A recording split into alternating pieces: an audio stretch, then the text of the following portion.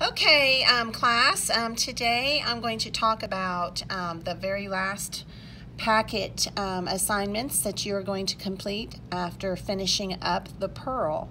So the first thing you should have done in class today is to take the Pearl AR test online, complete that, and now you are watching this video. So if you have not taken the AR test yet, you need to stop what you're doing, take the AR test, get that finished, and then you can start this assignment in the packet.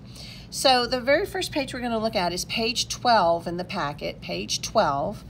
And this assignment is called The Post-Mortem of the Protagonist. And it's just a catchy title. We're not truly going to have an autopsy of Kino, but we are rather going to just analyze him. Okay, so this is a metaphor, obviously, for an analysis of Kino. And you are going to be using your book and all the different annotated passages about traits of and in order to do this assignment. But the first thing I want to do is just to show you what you're going to be doing. You're going to make at least 15 analysis statements using the body parts. You're going to give analysis, and you are then going to document where you got that idea from in the book. So first of all, let me talk about metaphorically how you are going to analyze Kino.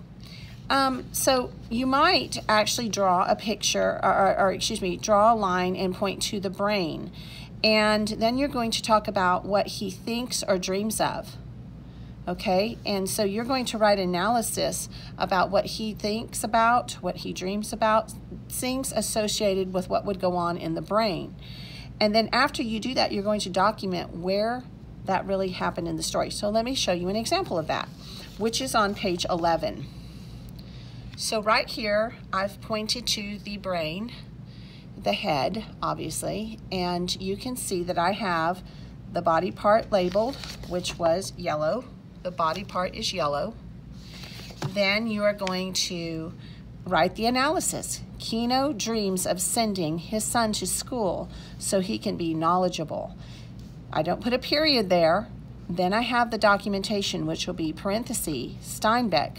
The page number, I found that on in the book, in parentheses, and then a period.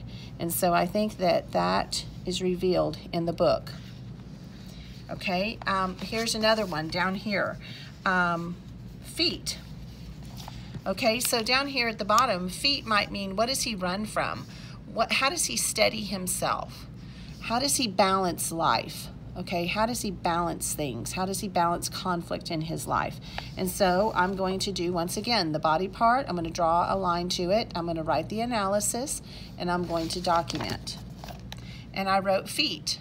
Kino tries to balance his real life and his dreams, and that's on page 24. I don't put Steinbeck again because I've already done Steinbeck, so all the rest of the analysis statements only need the page number. Okay, so that was on page 24 in my book, and then the period. And so you will be doing this. You will be filling in wherever the body parts are and writing the analysis and then documenting, and you have to have at least 15. So like you could do 2 for the brain if you'd like, 1 for the nose, and maybe 3 from the mouth if you want, okay, and so forth. So you can look down at this list and choose which 15 you would like to do. So that's the first thing you're doing today. You're going to be doing the post-mortem of the protagonist. The next thing you're going to do, turn the page to page 13. You're going to complete this page as well, and it's called Lessons Learned. You're going to write in first person, so this can be written like I believe, or I think that Kino taught me, and so you can see it's written in first person, me. About what lessons you learned about life or human nature from the characters listed below. So from analyzing Kino and watching him throughout the novel, what did you learn? 75-word minimum. What did you learn about life? And you can kind of reference like when Kino did this, and this taught me this, and this is why, and this is what happens in my life. You could even put that. And also when Kino did this, this taught me this, and this is why, and this is what happens, and this is how I know it's true. And then you'll write your word count right there. Then you'll transition and you'll tell me what Juana taught you. Juana taught me, and then you'll tell me what she taught you and maybe where something happened in the novel and why you learned that. Okay, then you'll write the word count down here as well.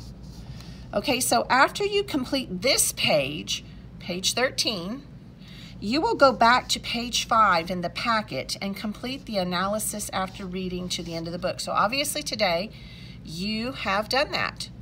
And so this whole packet is due tomorrow. So you need to make sure, let's turn back now to page 5 and complete the second part of the foreshadowing assignment.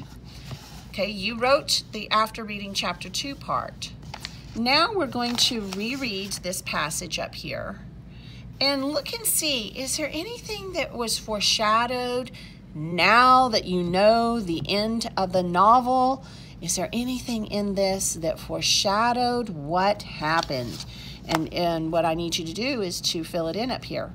And you will put a piece of text here, a piece of text here, and you will tell me what it now foreshadows, okay? And so this is the very last step, I believe, in getting all of your packet completed. Now, if you have not kept up and you have not filled in all the parts of this packet as we went along, then you have a lot of work. But if you've been keeping up, I think this is extremely manageable. And also remember that tomorrow is the Pearl exam. You need to study the Pearl vocabulary cards, and you need to study the literary term vocabulary cards, and then you'll be ready for that exam tomorrow. Okay, that's it. I hope y'all have a good day. Make sure you get through all of those steps.